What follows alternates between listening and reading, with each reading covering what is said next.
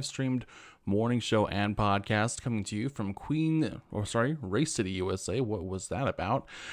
Before we hop in, do not forget to like, comment, and subscribe. If you are enjoying the show on YouTube, hit the bell.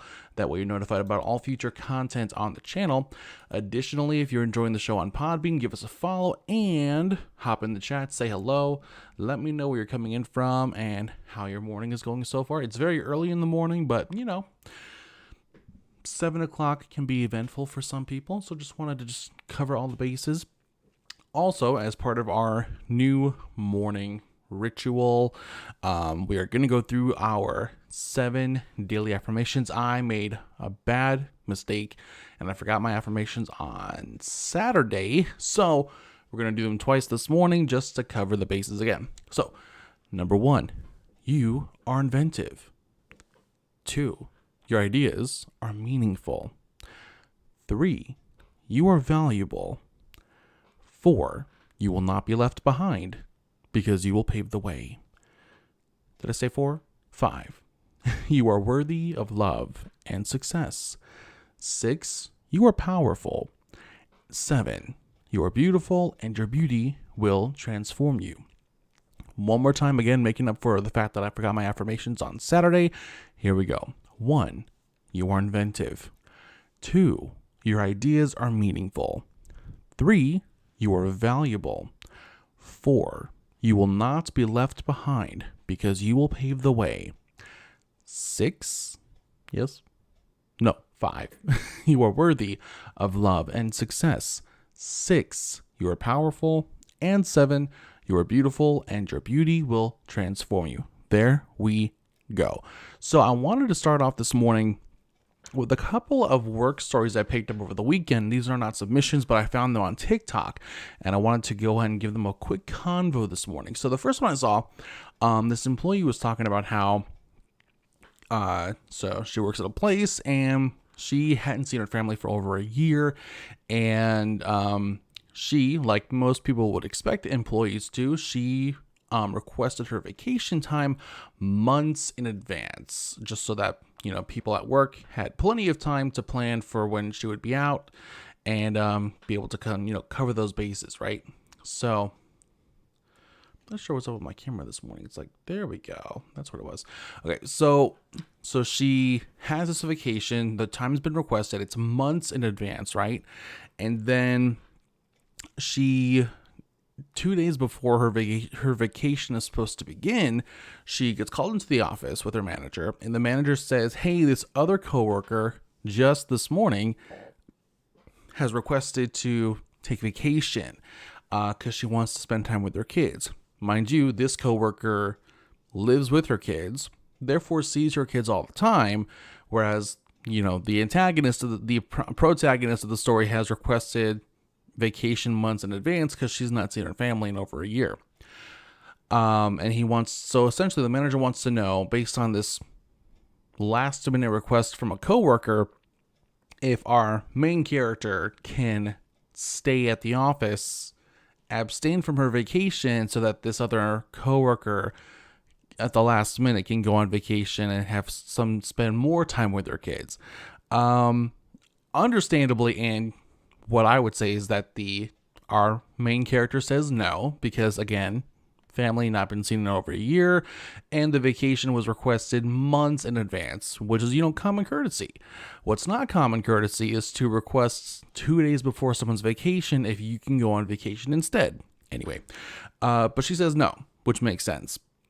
And the manager says she's the one who has to go and tell the employee that she's not going to be able to go on vacation and spend time with their kids, because this main character of ours is not going to give up her vacation. Now, while I can give a lot of toxic energy in response to that, what I'm going to say is this. That conversation, just in case you're not aware, as the employee, is not your responsibility to have. That is 100% a conversation that the manager is supposed to have. One of the manager's responsibilities is conflict resolution and also trying to see if there's a way to even subvert conflict. And this reminds me of an article I found from Jeff Harrison Associates. It's a couple of years old, but it says a lot, and I think that still kind of reflects a lot of kind of daily, or not daily, but like contemporary, what am I trying to say? Happenstances. I'm forgetting the better word, but I'm going to use the word happenstances for the moment, and say that so back when this article was written, which says it's titled "4 Conversations Every Manager Should Have." I'll be sure to put the link here in the chat just in case you want to peruse it yourselves, because I think it's an interesting read. But it says in there in the first couple of lines is that over 69% of managers say that they're uncomfortable communicating directly with their employees, and another 37% say that they're uncomfortable giving direct feedback, which, those are 2 big elements of the managerial role. So having those levels of uncomfortability, just, you got to find a way to get past that. Because again, this conversation is something that our main character should not have to be concerned about having with her coworker. That's a manager's conversation to have. Granted, she did go ahead and tell without issue the coworker that, sorry, I'm going to be going on vacation because, again, months in advance, not seen family in over a year, you live with your kids. Like, you have every weekend. So, but yeah, just in case you ever find yourself in a similar conversation or similar situation where you're being asked to have a conversation with a coworker that technically you shouldn't be the one having, just know it's a manager's job to have that conversation. And another article that I found from G&A Partners lists a few different difficult conversations that every manager has to have. Again, and this is to find ways to subvert or resolve conflict. One of them, and the steps to decide this is, 1, to determine whether a conversation needs to take place. Now, in this particular story, the potential need for a conversation was initially facilitated by the manager, who took this last minute request from a coworker and said that he would try to convince the main character to give up her vacation. Step 2 in trying to understand this is to figure out exactly what needs to be said during the meeting, and that's if it has to take place. Step 3 is to decide who should speak to the employee, manager. And then 4, determine when and where the conversation should be had. Honestly, when this conversation should, if anything, should have been said. Again, common courtesy is for employees, is when employees are typically expected to reserve vacation time months, well, ideally even weeks in advance, but months in advance for sure. And the fact that this other coworker waited till 2 days before this vacation was supposed to begin, it's not a great look. It's not very courteous. And it's not like you didn't know that these vacation times were coming up. And I've worked in positions before where people begin requesting their holiday vacation at the beginning of the year. So there's really no way to get around it. By the time, if you're like a newer employee, you don't even have those vacation days built up yet. By the time it gets to the holidays, like you've got no way of getting vacation, because common courtesy, you try to reserve those times as early as possible so people can plan accordingly. You don't wait till 2 days before the fact to request that somebody abstain from their vacation. And then, of course, after those first 4 steps, the 5th step is to have the meeting if you've determined that needs to be held. But yeah, I'm just like, come on, seriously. I thought that was a really unfortunate situation that our main character found themselves in. But yeah, it happened, and yeah, that's a conversation that management should have. And they shouldn't put the responsibility on your shoulders, just in case you're not sure about that. Another story that I found this weekend was this girl. She was being not written up, but she was like getting another, what's the word? Good. I'm like losing my words this morning, but it's she essentially got called into the HR again because she was being told that her outfit did not work with the dress code. Now, mind you, the outfit here is one of those dresses where it's like sleeves, like there's like, it's tight around the neck, so there's like nothing past the clavicles being seen, and the dress goes down to her knees. It's a solid black object, essentially, that this woman is wearing, and she's being told that it's way too distracting by the HR lady, and she's recording the video so you can hear the HR lady saying that you cannot wear this. This is way too distracting. And it's like, how is that distracting? Again, you can't even see past her clavicles because the collar part of this dress is like at the base of her neck. Again, there are sleeves going down like halfway down her forearms, and the dress goes down to her knees. Please tell me how that's revealing, how that's distracting. Now, it does complement her curves, but if that somehow is distracting, let's talk about how that's more problematic because of some apparent, oh God, I'm losing my words 100% this morning. But that sounds a lot more like some problematic internal sexism on the HR person's part, and the HR person happens to be a lady, and how she should probably find some therapy sessions and break that down, because it doesn't make sense in this particular situation. Now, that does lead me into an article from entrepreneur.com, talking about the do's and don'ts of wearing a Halloween costume at work. It is October 31st here in the States, and all over the world. So dressing up for work is likely going to be on the plate for this morning. So let's make sure we cover certain bases to make sure that we can go to work and have fun in costume, but maybe make sure not to cross any particular boundaries. So the first point in this article, and this article is coming to you from Mita Malik. Again, she wrote this for entrepreneur.com, and the first point here is, don't glorify those who've caused harm. Now, there's a big discussion going on ever since Netflix had the idea to release a show centered around Jeffrey Dahmer. I'm going to put this link in the chat as well. Now, personally, I don't know who thought it was a great idea to make a show surrounding Jeffrey Dahmer at Netflix. Someone should be fired 100% for that idea. It's just like, it's I don't understand personally the whole thing where people, because you've got these serial killers who, and this is a weird conversation for this particular podcast, but it came up in Entrepreneurs, so I want to talk about it.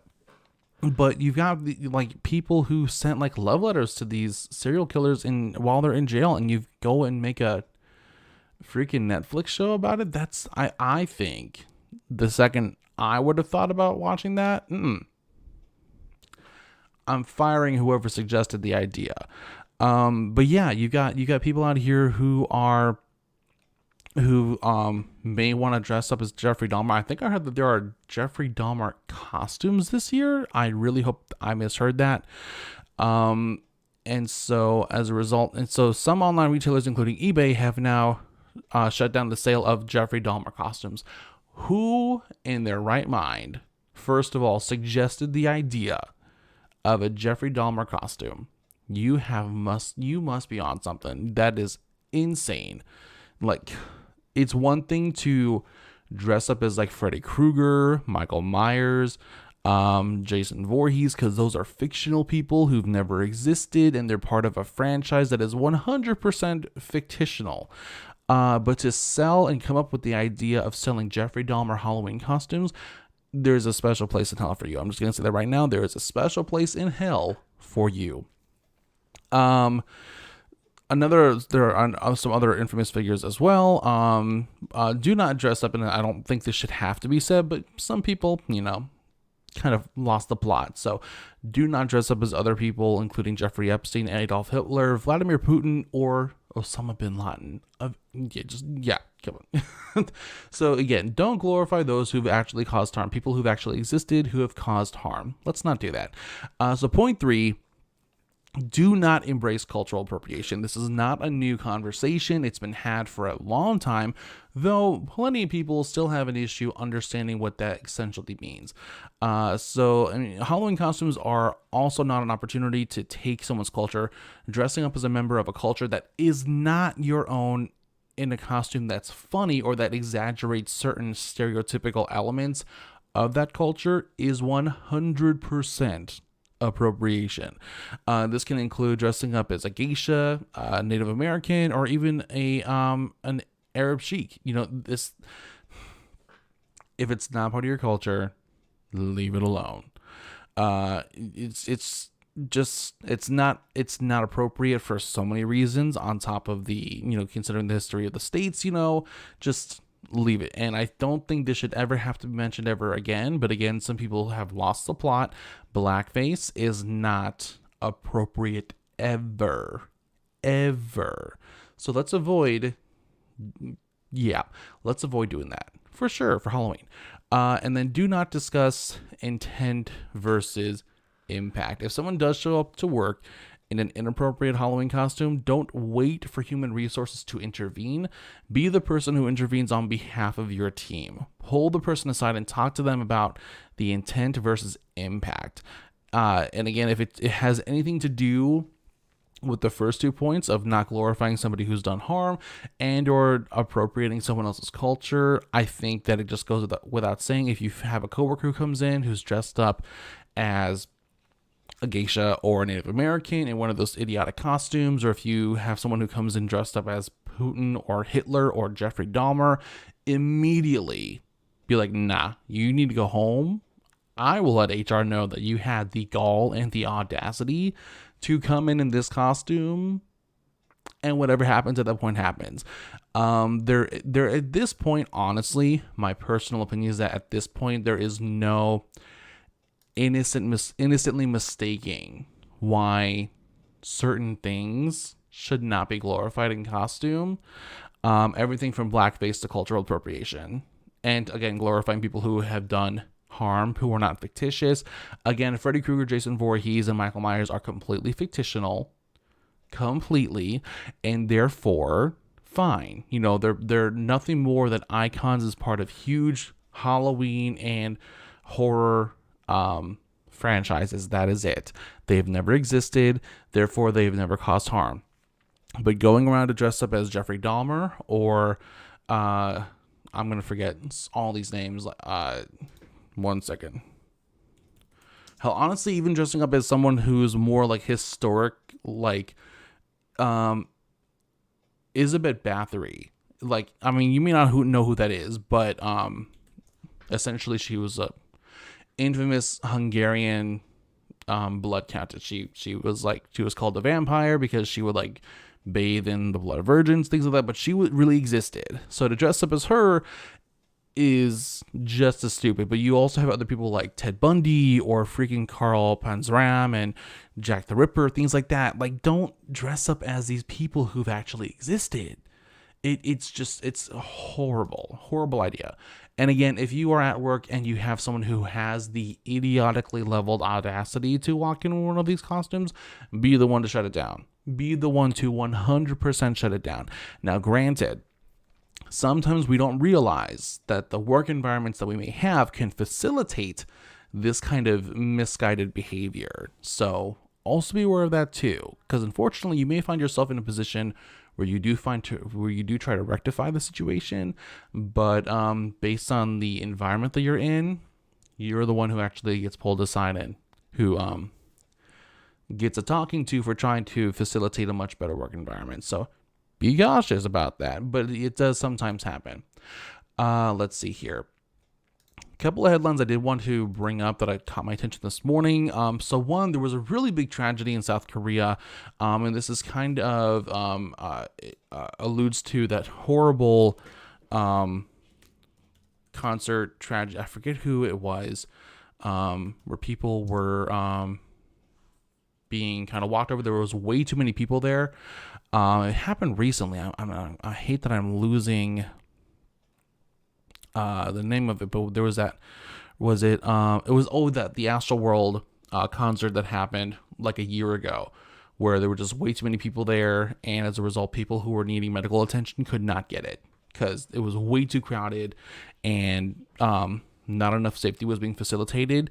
But in South Korea, there was a huge tragedy. They had one of their first big Halloween events since COVID restrictions were lifted, and it drew over 100,000 revelers and people to enjoy the festivities. But as a result, over 150 people did pass away because people were being walked all over. If you tripped, it was bad. It was really, really bad. So as a result, there's a huge memorial service happening right now in South Korea. It's one of their worst disasters ever. So it's another thing to help you think, don't go into any place that's way too crowded. Me personally, I'm a bit of a claustrophobe, so I just cannot physically handle being around too many people. But yeah, lots of love over to South Korea and to the families who lost somebody due as a result of that disaster. You got to be careful. You got to be considerate of how many people are in a singular space. And granted, it seems like this was like an outside or like a section of the city that was being used for this festivity, but still, you got to be very, very careful. And then, so Twitter is bracing for layoffs. It sounds like Elon Musk has reportedly asked some managers to identify employees who should be cut, and that might put into action some layoffs that have been rumored for a long time. Now, it's also been not rumored, but the some news outlets say that the executives who've been released from Twitter already are due an estimated 100 million in severances, which makes sense. It's a big company. So Musk also tweeted and later deleted a link to an unfounded conspiracy theory about the attack on Paul Pelosi. If you didn't hear, there was an intruder at the Pelosi home. Paul was attacked by the intruder who was looking for Speaker Pelosi. Yeah, that happened as well. But yeah, as far as Twitter's concerned, people are just like really embracing for how many people are about to lose their jobs as a result of the Elon Musk takeover. So yeah, for sure. Be mindful in your work environment is what I want to say this morning for sure. On to some happier topics. This is also coming from Entrepreneur. And here's the thing. So if you're going into the work environment for the first time or you're going into the workforce, especially if you're in any kind of position that really involves any kind of creative element, one thing I couldn't push harder is you want to learn some of these big creative elements or these big creative programs, namely Adobe. So Entrepreneurs is spreading word about how to learn Adobe Creative Cloud for a Prime Day price. So Adobe's going to be offering this chance for people to learn things, some introductions to Photoshop, Premiere Pro, Illustrator, and After Effects. These will be coming from some top instructors, including Phil Ebner, David Walter Scott, and Nicholas Lever. Now, these 4 programs, Photoshop, Premiere, Illustrator, and After Effects, are huge, especially if you're going to be in any kind of marketing, PR, content production kind of position. Now, personally, in regards to like Photoshop and Illustrator, it depends on what you want to do. If you're trying to create logos, I'm more of an InDesign person myself. That's what I've used more heavily. But Photoshop, of course, is good for, taking just if you're not creating imagery, but you have imagery to tweak and to edit, then Photoshop is definitely your friend. Premiere Pro, I've been using that for years. That's what I use for my podcast and pretty much every other video that I have on my YouTube channel. So been using it, and it's one of the main programs that I learned as part of my undergrad. So definitely a big program there to learn. Again, if you're going into any kind of position where you're going to be overseeing communications for a company, these programs will definitely be something you want to look into. If you're interested in finding this great price to learn these, let's undo that. These Adobe programs, I'll put that link in the chat as well so that you have got a way to access those later on. Perfect. And then another interesting article that I want to go over, and by the way, that article that I just shared, where it was written by, straight from Entrepreneur. Another article I wanted to go over is coming from Gleb Sipersky. I'm hoping I pronounced that right. It's also from Entrepreneur, and it talks about how remote work doesn't stifle innovation, but overlooking certain best practices will definitely do that instead. So other companies like Apple and Google have been mandating that employees work in the office for most of their pretty much active time. According to Apple CEO Tim Cook, innovation isn't always a planned activity. It's bumping into each other over the course of the day and advancing an idea that you just had, and you really need to be together to do that. But is it true? Is it true? On one hand, research at MIT found that remote work weakens the cross-functional inter-team quote-unquote weak ties that form the basis of the exchange for new ideas and tend to foster innovation. But a study by Microsoft similarly found that remote work weakens innovation since workers communicate less with those outside of their own teams. But McKinsey research points to a different conclusion, and it finds that during more than 2 years of the pandemic, there's been a record number of new patents across 150 global patent filing authorities. Moreover, in 2021, global venture capital more than doubled from 2020, rising 111%. McKinsey suggests that it's because more innovative companies developed new ways of connecting remote workers together to build and sustain the cross-functional inter-term ties necessary for innovation. Now, these could include anything like utilizing platforms like Slack or Teams to allow people to be in constant communication. A lot of times it may not simply be about being in the same room with somebody, but being able to just somehow, some way send different ideas and make sure that they are seen and responded to in real time by your team. I'm going to go and put this article also in the chat for you to check out as well. One moment. And boom. But yeah, it's not necessarily the death of innovation. Let's see here. Sapersky, I'm going to try to get this name right. Sapersky mentions that they've been helping 21 organizations transition to hybrid and remote work, demonstrates that innovation is eminently doable, but it requires adopting best practices that address the weakening of cross-functional connections and lack of natural spontaneous interactions that typically, more traditionally, do breed innovation. So an excellent technique for innovation in hybrid and remote teams to replace innovation breeding random hallway conversations involves relying on collaboration software like Slack or Microsoft Teams. Again, it provides you a way to make sure that your ideas and your conversations are still in real time seen and responded to by teams. In previous positions, I use those constantly. I use them now, even just as part of being part of the Huga network. They use Slack, and so I'm constantly looking at those day-to-day communications between the main team from the organization and down to everyone else who is trying to be actively involved. So yeah, I would definitely say for sure using those platforms is a great way to make sure that your team, despite not being in the same room physically, are still able to cross-pollinate, which might be a weird phrase for it, but I'm going to go with that this morning for sure. Let's see here. Good to go. There we go. Okay, cool. All right. So before we hop into our submissions for this morning, just in case you're wondering, if you want to find out a way to submit your story to the show for conversation and discussion, you can do so in a couple of ways. One, you can head on over to Reddit. We have our own community called Talk Office Gossip. And you can also head over to casualbabble.com. There is a page there called Submit Your Story, and you can submit your story there. My admin will let you know on both platforms when your submission will be used for the next episode. And if for some reason, usually by time reasons, any submissions cannot make it to the show, then your submission and the response to the submission will be included in the advice column section of the monthly Casual Babble newsletter. The next one is going to come out 2 Thursdays from now. So if you want to be on that mailing list, go ahead and make sure you head over to casualbabble.com.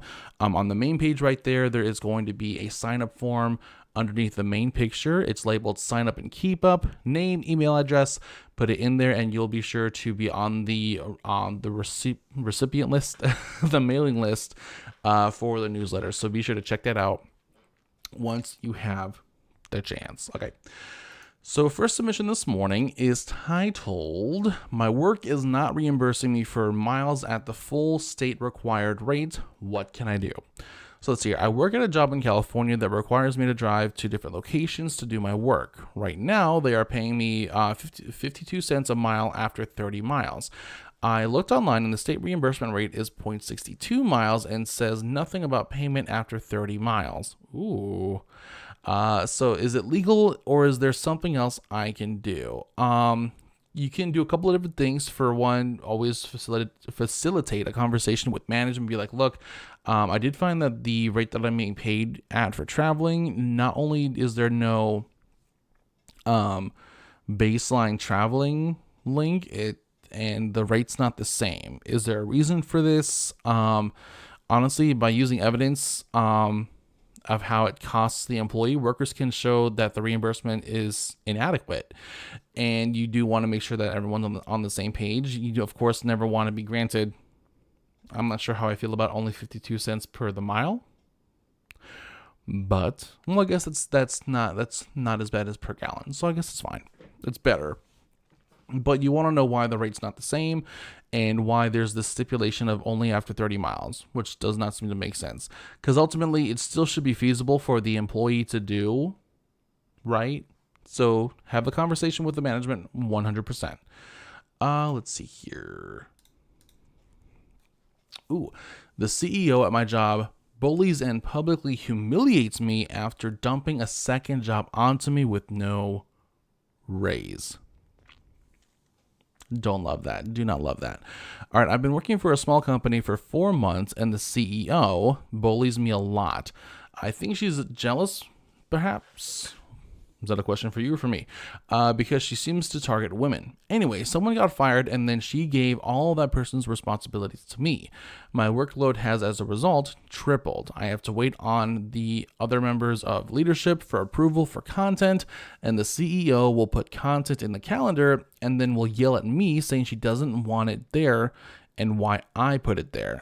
But they are so effing snarky with me. I'll send them something for approval, and she'll send me something rude and condescending. Sometimes when I revise a sentence to be what she wanted, she will repeat what she said in capital letters as if she didn't read what I fixed it to say exactly what she wanted. My friend was in the next room over the other day so she could listen in, and she said that the CEO's tone changes with me and targets me and criticizes me more than anyone else. Someone else at the company agreed with me on that as well. In a team meeting, she publicly humiliated me, saying that my content was bad, boring, and I'm not being creative enough, etc. And my favorite was when is that she's been thinking for weeks. Hold on. Sorry, I'm losing. Okay, so she constantly criticizes me even though I work very hard, and analytics show that my work is effective. I have increased the website traffic by 60%, and the metrics show that I am doing a fantastic job. My supervisor is very kind and recognizes this and always reassures me, which I appreciate, but there is never a thank you or good job. When I got COVID from a super spreader work event she insisted upon having, she said nothing even when everyone else in meetings was asking how I was and stuff like that. Like, dude, I took on a second job you dumped on me and didn't even raise a concern about it. Someone else on my team offered to take some of my new work off my plate and told the CEO, and the CEO refused and said that I have to do it. The CEO and other members of leadership micromanaging everything I do as if they don't trust me, and the CEO is constantly targeting me. I feel anxious when she walks in the room. I feel anxious when I have to message her about something, and then she'll go on and on positively about a male member of our team after berating me as if she's trying to make me jealous. She's also obsessed with herself, as photos of herself and has photos of herself whenever she can. Okay. I need to keep this job for at least 2 more months so I can use my PTO and get out. And also, it'll take me about that long to at least find a new job. How can I survive this? I am so miserable, and her words are stuck in my head all weekend where I can't enjoy myself. I just need some support and advice, please. This is negatively affecting my well-being, but I need to pay my rent and want to use my vacation time in December before I leave. Okay, so lots here for sure. The fact that you are, in my opinion, not able to focus or disengage from work because the level of toxicity there is just sticky, which is, I guess, putting a nice word for it. 100% find a new job. Honestly, I'm not even sure I would wait to, depends on how long this has been going on. I mean, I would have been looking for a new job kind of immediately, just based on, the habits of your CEO here. It's just not professional, not cool. 100%. I think that, honestly, I do hope you can find a job a lot sooner. It's honestly, sometimes it's not the performance that counts. It's your willingness to be submissive, which is not fair to you at all. Some people do apparently need this kind of ego boost for whatever reason. It's not your fault. It's something that's lacking for them, either professionally or personally, and they don't know how to compartmentalize those things, and those are coming into the workforce, in the workspace. 100% finding a job. Also, if there's any kind of HR you can reach out to, again, I am not above going above someone's head if it's a situation where it's just not working enough. And granted, that being said, I've had a HR that has been useless in the past. 100%. The first time I did call HR when I was working at my first big radio company, because my boss was horrible, they said, well, it could be a lot worse. Like, legitimately, that was the HR response. I hope that person's been fired. But yeah, 100% find a new job. 2 months is a long time, honestly. And if it's like this, honestly, I would, the second you get an offer and you can accept it and the paperwork is done, I may not even do a week, 2 weeks notice. 100% leave. 100% leave. If this is all factual and this is the kind of environment that's being cultivated against you, then it's not something that you should have to even show courtesy for at this point. I do typically say common courtesy is very effective. If you can leave on good terms, that's great. If you can be courteous and submit a 2 weeks notice, provide as much time as you want to, or you are able to, in order to help make sure the transition from you being there to someone else taking over is as smooth as possible. That's great. But not every situation deserves that on your part. Sometimes you just need to get the heck out of there. And this is one of those times, 100%. And I just heard a story this morning on TikTok with somebody who had been working for a company for a little while, and she, the two supervisors that she had been working with for some time, she considered mentors, and they had mentored her on a lot of things. But she decided that she did need to move on for a new opportunity, and she turned in a very respectful 2 weeks notice. Despite this, the two people that she had previously seen as mentors have been 100% berating her. They even publicly humiliated her during a huge Teams call, telling her that they publicly said, and I just saw this morning, where they said that she's leaving because she cannot handle the pressure of her job, and she can be replaced in 5 days. And this is what they spent the entire sudden meeting on top of requesting or demanding that she not only put in a 2 weeks notice, but she gives 6 weeks, because she's got to be there till the end of November. So on top of demanding that she stay there longer, pull her onto a sudden meeting where they berate her in front of the entire team. That is the team that may not be the team's fault, but that is management that does not deserve your courtesy. 100%. For this individual, for you, the second you get a job, even if it's before the 2 months, bounce. 100% bounce. For the story that I just referenced regarding how her supposed mentors immediately turned against her and went out of their way to publicly humiliate her like that, 100%. Don't even wait till the 2 weeks are over. Bounce. 100% bounce. Again, I always try to promote common courtesy among coworkers and different levels of management, 100%. Again, if you can leave on good terms, that's great. That's ideal. But as far as, again, some work environments are not about your performance and how efficient you are. And again, that story that we just had showed that this person's effort in their job has 100% been statistically and data-wise very effective and very positive. But sometimes the place where you're at does not deserve your courtesy, and you should 100% just bounce the second you have the opportunity. 100%. Because again, sometimes it's not about the performance, it's about your willingness to be submissive. And that is not something that you should ever consider to be your fault. It is 100% on management. They are lacking something somewhere that is not your responsibility. So yeah, bounce 100%. All right, so next submission is titled, How Do I Ask for a Raise Before My Annual Review? So I'm a mechanic, and I assemble off-road vehicles and customize them for the buyer. Our monthly report came out, and out of the 5 techs, including myself, I made up 1/3 of the total workload as a whole for our shop. I'm also the longest working tech that's been in this particular shop as well. I love my job, but given the times where I could really use a decent raise, I'm encouraged to stay motivated and churn out products, but I'd also like to be paid fairly for that. I have ADHD, so carrying conversations is hard, and I would love to be glad to hear advice on this. Thank you. Well, one thing I'm always a big fan of is scripts for 100%. If you find yourself not able to kind of more naturally carry on a conversation, or just make sure that every single point that you need to make is included in the conversation, write it out for sure. Type it out on a computer.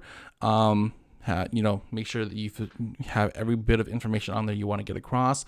It looks like you know that you single-handedly handle a certain amount of the workload, and you've got seniority, or you should have seniority there. You've been there for a while. So I would definitely use those bits of information for sure. Be like, hey, I know the review's coming up. Here are the numbers that we already have. I'd really like to be sure to have this position continue to be feasible for me. Again, I've made up 1/3 of the workload. I've been here for a long time, and there is a lot of expectation on my part, which I think comes from the time I've been here. But I do want to make sure that there is a fair compensation for that, and so use those points. Just facilitate a conversation for real. I'm going to say that so much on the show. Facilitate a conversation with management. Be like, hey, here's the numbers, here are the facts, and I do want this job to continue to be feasible for me as well, especially with the demand that there is on me and the output of work that I do provide. So can we talk raise? Can we talk some new wages, so that we can keep this partnership going? 100%.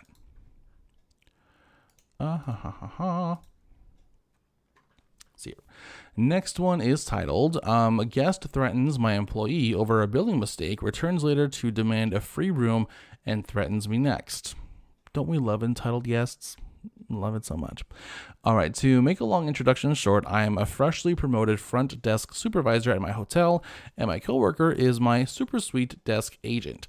On the previous night's shift, a different employee, one of our third-party reservations, declined, and in the mix, the virtual card was released from the reservation and placed with the guest's actual card during the incidental collection, resulting in a double charge.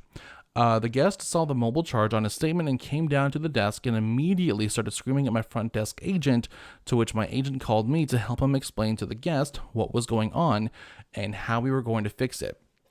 The guest refused to listen to us and kept cutting us off, telling us to refund him now. At the time, we didn't know exactly what happened, and because it was a virtual card, only my GM is supposed to handle that.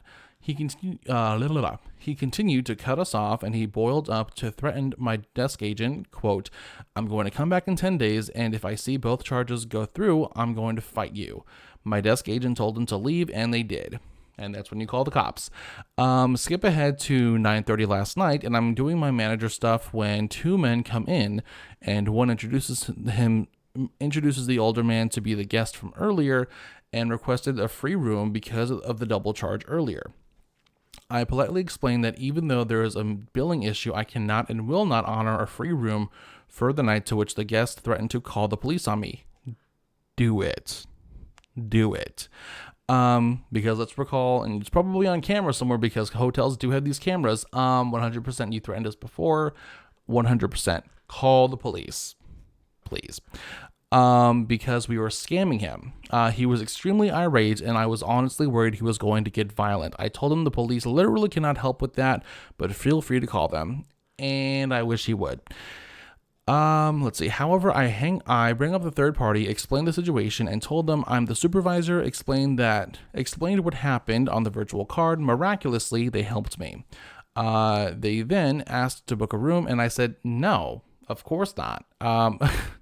I fixed their issue, but I told them that they could no longer stay at this hotel because of threatening my agent and then me with the police. To which the younger guy argued that everything was okay now. The police doesn't matter. I don't care. I don't care. You decided to have a little child fit, so you shall be treated like a child. I told him no, we are not okay here. Yes, it does matter. And the older guy threatened to call the police again. For what? And again, please do.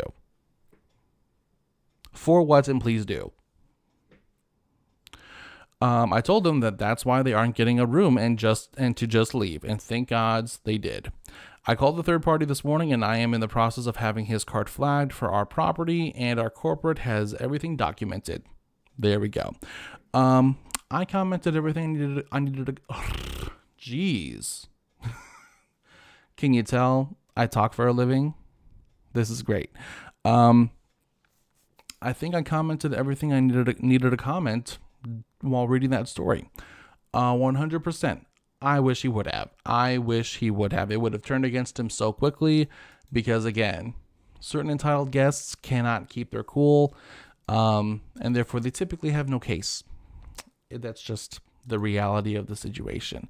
Last submission for this morning. If a boss is nitpicking your work and constantly changing your goalposts, are they intimidated by you? Fair question. I just posted about my toxic CEO.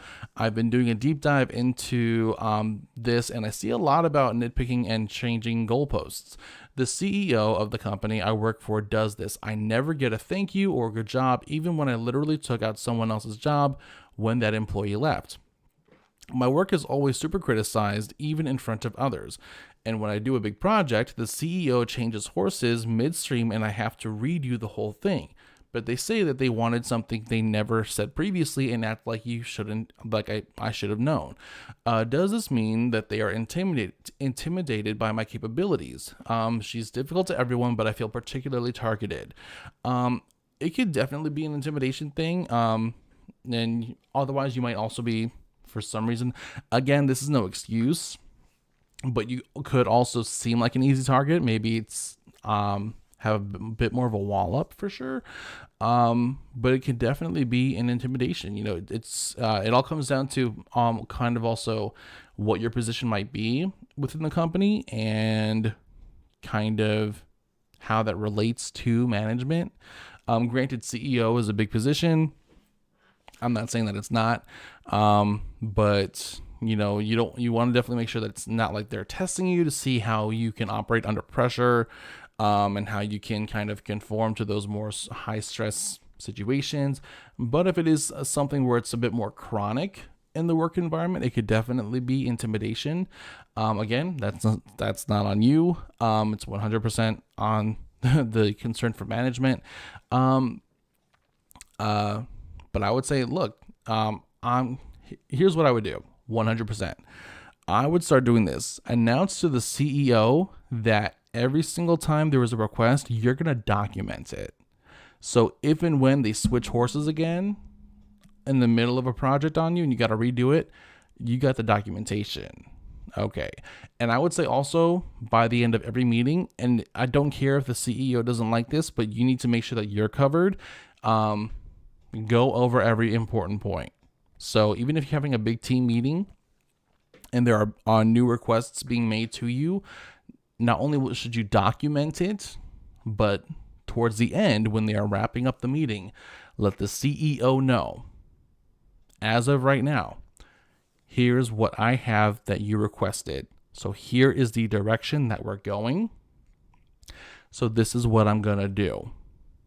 Okay? Document it and make that documentation very evident.